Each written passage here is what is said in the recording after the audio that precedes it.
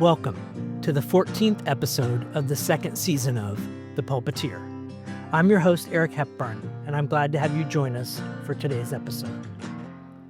Today's episode is called Nurturing Gratitude. I'd like to issue a special thanks to the folks at Soul Matters. They produce the monthly reflection packet that I reference in the podcast, and I'm sincerely and deeply grateful for their ongoing work. And also this week, a special acknowledgement for Andrea Gibson, who shared her poem with the world and that I have the honor to share with you in our podcast today. Okay, let's get started with a word of wisdom delivered by Jamie Moore. We welcome a voice of wisdom carried through Robin Wall Kimmerer. Let us enter a still space within, opening our hearts and minds to receive this voice of wisdom.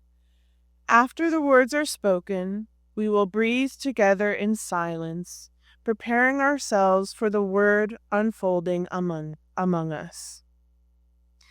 If our first response to the receipt of gifts is gratitude, then our second is reciprocity, to give a gift in return.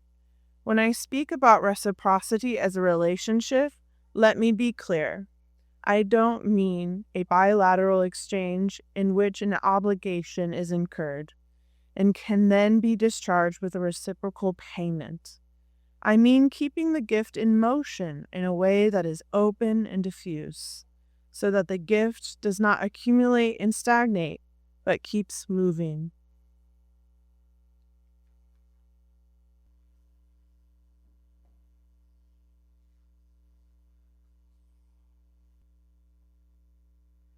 Gratitude isn't just a feeling. In its most powerful manifestation, it is a practice. It is a practice that honors and acknowledges all life, all existence, as the gifts that they are.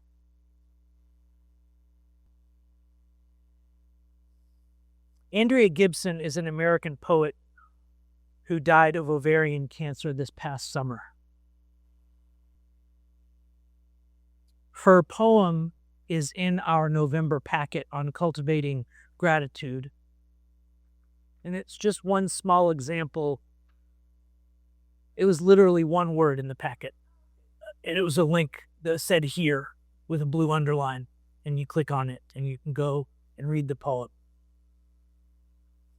And I wanted to share it with you this morning. She wrote this poem after a prompt from their partner asking, "Write a poem in which you accept a fictional award." So she wrote this poem called her acceptance speech after setting the world record in goosebumps.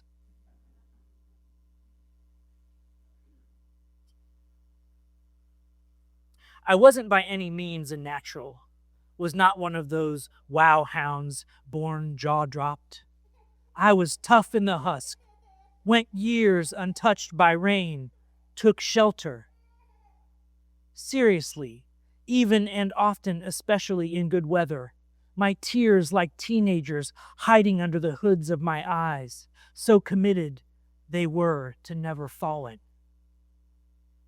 For the joke of astonishment, when I was told there were 7 wonders of the world, I trusted the math, believed I had seen none of them. Of course, beauty hunted me. It hunts everyone, but I outran it, hid in worry, regret, the promise of an afterlife or a week's end. Then one day in a red velvet theater in New Orleans, I watched Maya Angelou walk on stage. 17 slow steps to the mic. She took a breath before speaking. And I could hear God being born in that breath. My every pore reached out like a hand, pointing to the first unsinkable lotus in the bayou of the universe. I'd never felt anything like it. Searched the encyclopedia for the feeling's name when I got home. Goosebumps. Afterward, I thought, I can do this. Started training morning to night, crowbar swinging like a pendulum at the wall of my chest, tore off the caution tape of my life, and let everything touch it. Allen Iverson on the television in his first season with the Sixers, crossover sharp as the V of sparrows flying through the paint like Michelangelo's brush. 333 goosebumps. My baby sister, sober for the first time in 13 years, calling to tell me she just noticed our mother's eyes are green. 505 goosebumps. One day, my friend scored tickets to a Prince concert. Tiny venue. I was right behind the sound booth. Prince's entire band that evening, women. At the end of the show, the sound person turned around and whispered. He didn't play one song on his set list the whole night. I live on stages. I know what it is to scratch a plan, but not the whole trip, and still arrive to your destination 200 years before your time. 421 artists formerly known as Goosebumps. But that's just the fancy stuff. Some of them came from simple facts. It rains diamonds on Jupiter. 189 goosebumps. Blood donors in Sweden receive a thank you message when their blood is used. 301 Nordic goosebumps. One night in Ann Arbor, my friend, still undiagnosed, could not uncurl her fingers to strum her guitar, so she sang the chords instead. It was the first time in my life I'd seen pain become an instrument. 10 dozen goosebumps. For each and every note plucked from the string section of her refusal to silence her dream. After that, nothing in the world was gray. Even the movie of my past was released in color. The oldest man in my hometown could not get to the door to listen to our carols, so we went inside and sang at his bedside instead. 24 boots on the front step, catching snowflakes with their tongues. 776 goosebumps. At one point, everything started doing it. A sincere apology. 221 goosebumps. An enemy's love poem. 222 goosebumps. The moon rising over the continental divide. My girlfriend and I thought it was a car driving off a cliff, and suddenly nothing in the world was dying. Have you ever felt that? A split second when nothing in the world is dying. 888 goosebumps. And the next day, I sharpened a tiny axe so I could split the seconds myself.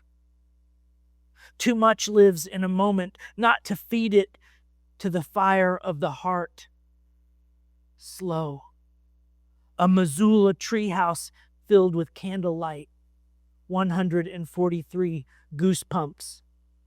The Octopus documentary, 54 goosebumps multiplied by 8. The biggest dog in the shelter, hiding behind a teacup chihuahua, and the woman who came to adopt a cat, taking all 3 of them home. 1,012 goosebumps.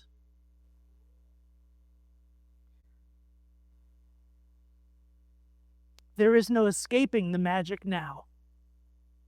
The beauty caught me and never let me go.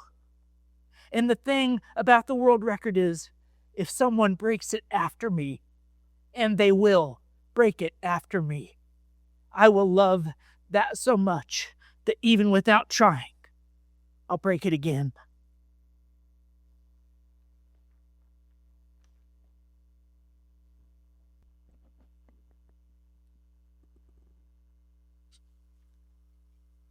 Gratitude isn't just a feeling.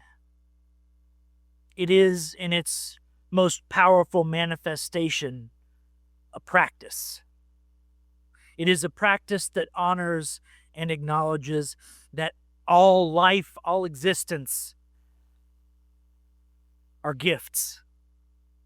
And they are. I turned 52 yesterday. My mom died when she was 52. How can I be grateful for that? How can I turn that loss, her loss, my loss, into gratitude? It's easy to be grateful for the joys. Finding gratitude for your sorrows takes work.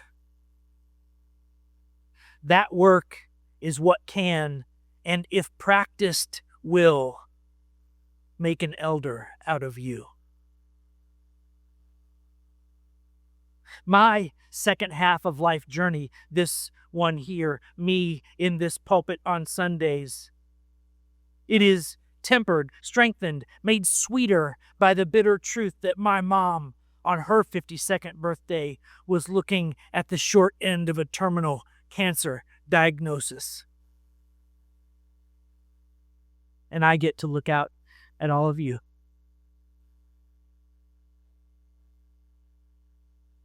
Finding gratitude for your sorrows takes work. That work is what can, and if practiced, will make an elder out of you. A tree in the courtyard in whose shade the youth and those in the middle of their lives can find shelter and solace and begin to see the edges of wisdom forming. They might believe that it's possible. That it's possible that life gets better in subtle ways as you age, despite what the television commercials say.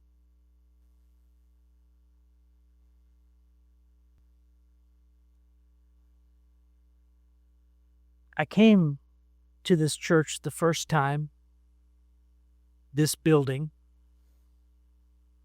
because the previous halftime minister couldn't do a memorial service, and I was on an email list. And so I came and I did a memorial service. Now, the line from my mom dying 16 years ago, my sister dying of a fentanyl overdose 3 years ago, the loss of my father, my two closest grandparents within the last 3 years, memorial and death work has been calling to me. So I have to show up to that. That's the chapter of my life that I'm on. I can't close it and choose to pretend that I can skip to the next chapter or another chapter that sounds more pleasant. That's the way the work of growing into wise elderhood is. You have to read the chapter you're on.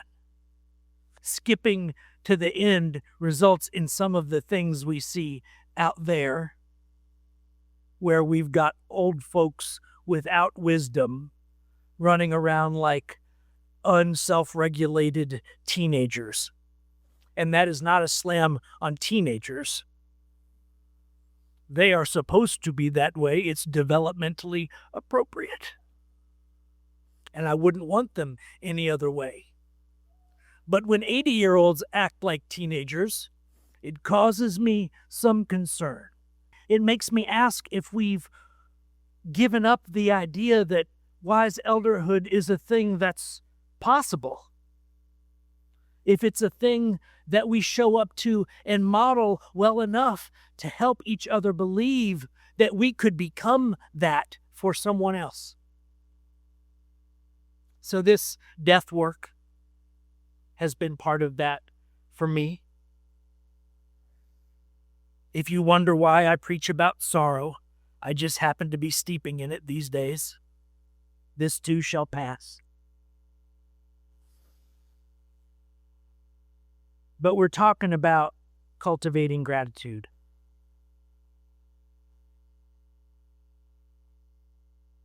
I wonder, for those of you who are here today,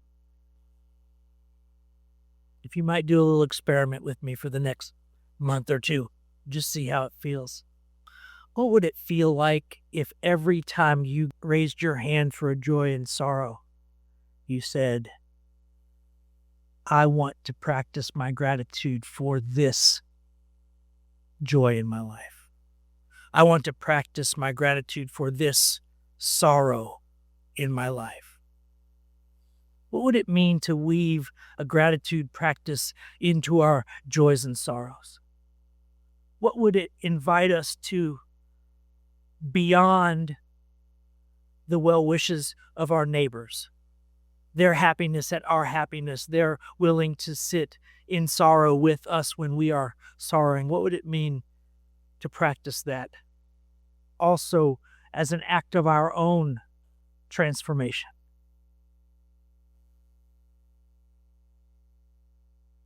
I'm going to close with an excerpt from Stephen Jenkinson that I used to close my sister's memorial. And I used it to close the memorial that I preached in this church that led to me getting this job.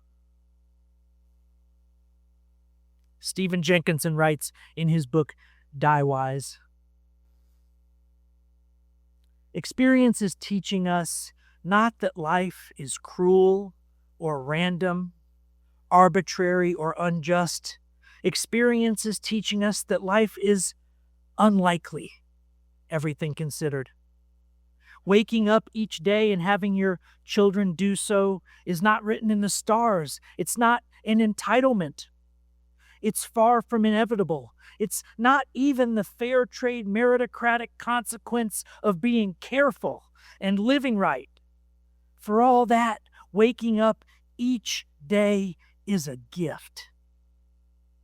It's a gift that is not reward for playing by the rules. It is a gift of grace, giving each living person the capacity not just to go on, but to go on as if he or she had been gifted.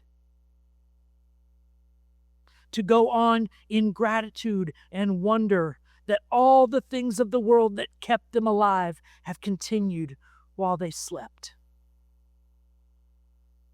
In wonder, awe, and a feeling of being on the receiving end for now of something mysteriously good.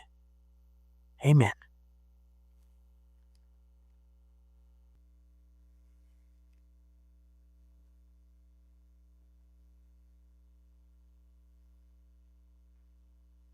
I offer you this blessing. May your thoughts be wise. May your lips speak truth. May your heart be open to love. May your hands be ready for service. And may your life join the great work of beloved community. Amen, Ashe, Shalom, blessed be. Until next time, thank you for joining us on The Pulpiteer. If you enjoyed the podcast, you can help others find it by liking and subscribing. If you'd like to support the podcast directly, you can make a donation at sangabrieluu.org/give. The Pulpiteer Podcast is a production of the San Gabriel Unitarian Universalist Fellowship of Georgetown, Texas. The podcast is hosted by Spotify, and theme music is by John Faber. Our live recording tech crew this week was Frank Sanders, Rob Berthold, Keith Hutchinson, and Andrea McDaniel. The podcast is produced and performed by Eric Hepburn. See you next week.